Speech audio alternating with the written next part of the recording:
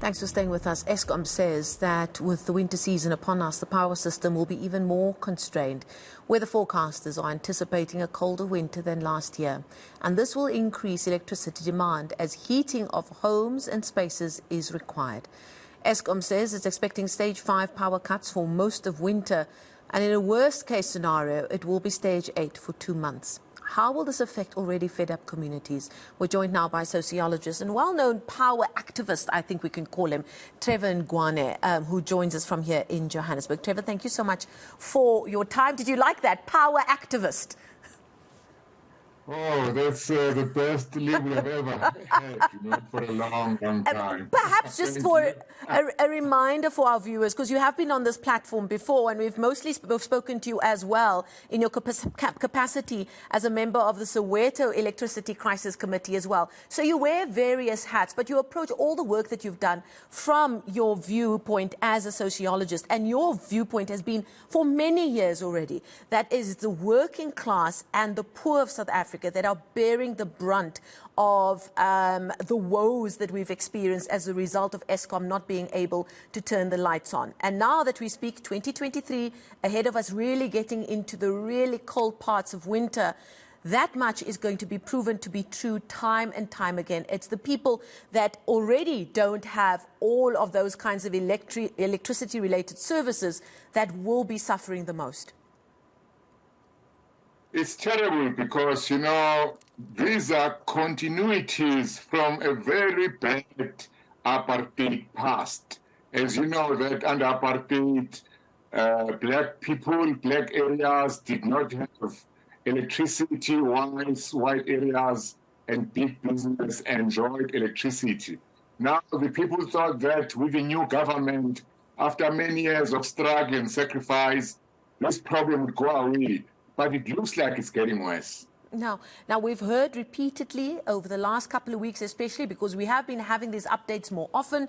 We've heard from our new electricity minister, it seems like almost every day, the possibility of stage 8 load shedding, if not higher stages, seems a very, very real possibility as we head into our colder part of the year. Have you given much thought, I'm sure you have, to what the impact would be like on our poorer communities across South Africa? Well, a lot of research has been conducted, including by the University of Johannesburg.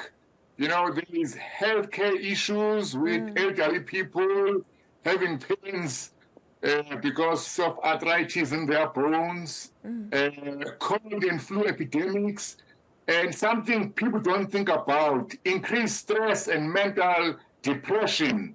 There are also gender oppression consequences. As you know, unfortunately, women do less of our share of household chores. So women tend to do more work, cooking, looking after children, what you can call social reproduction. So women have got more stress, more worry, and they have to work harder to keep and take care of their families. And this, of course, is going to have an impact on various other government-related services as well. Social services, the health department, and the list goes on. The knock-on effect from this power crisis is immense. Yes, and the worst part, of course, is the socio-economic issues which you are suggesting. There will be an increase in poverty because, remember, load shedding attacks incomes as people have to find alternative means of cooking, heating, and lighting. So they have to spend money. Food security is under threat because without a fridge, a refrigerator, you cannot buy in bulk. People end up getting ready-made food, fast food, eating badly. And the worst part for small business is that there's a lot of job losses as these small businesses cannot survive and they collapse. Now, when you've spoken in your capacity as a member of the Soweto Crisis Committee and you've been questions about the reasoning behind why certain Soweto community members or vast parts of the community do not want to pay for electricity, because let's face it, electricity that we are not receiving anymore.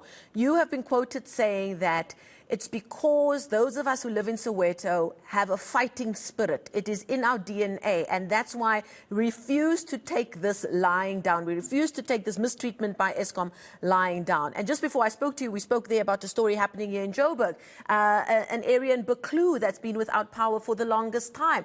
They've now taken to the street. They're burning tires. I saw rotten food being thrown at the doors of Megawatt Park. Are you seeing the start of South Africans from all walks of life finally being, and excuse the word, gatvol, and taking to the streets like so many of those working with you in the Soweto Crisis Committee have done over the last few years? Well, unfortunately, I'm inspired by that because, you know, this thing of winter power failures have been going on for many years in black working class areas. The reason being that the government had not had the foresight to upgrade infrastructure to meet the growing demand for electricity due to population increase and urbanization. Also, Eskom has not been investing enough money in upgrading, maintaining, and replacing its infrastructure. So I think the time has come now to stand up together, you know, as South Africans, including people not born in South Africa, by the way, and demand what is our due, which is a reliable, affordable, safe, clean supply of energy. So you're talking about what many have called now the winter of discontent that is coming our way, and it happening so soon before big elections next year. It might make for interesting times, won't it, Trevor? Well, I really hope that the people, because remember, we had that big looting of shopping malls, but when you look afterwards, more than 500 people died, and I think most of them are poor working class people. So I'm hoping that the people will have the foresight to actually go to the voting booths, vote the eNCA government out of power, because really it has failed to do anything significant in improving, you know, our energy situation and also other aspects of lives of poor people and working class people.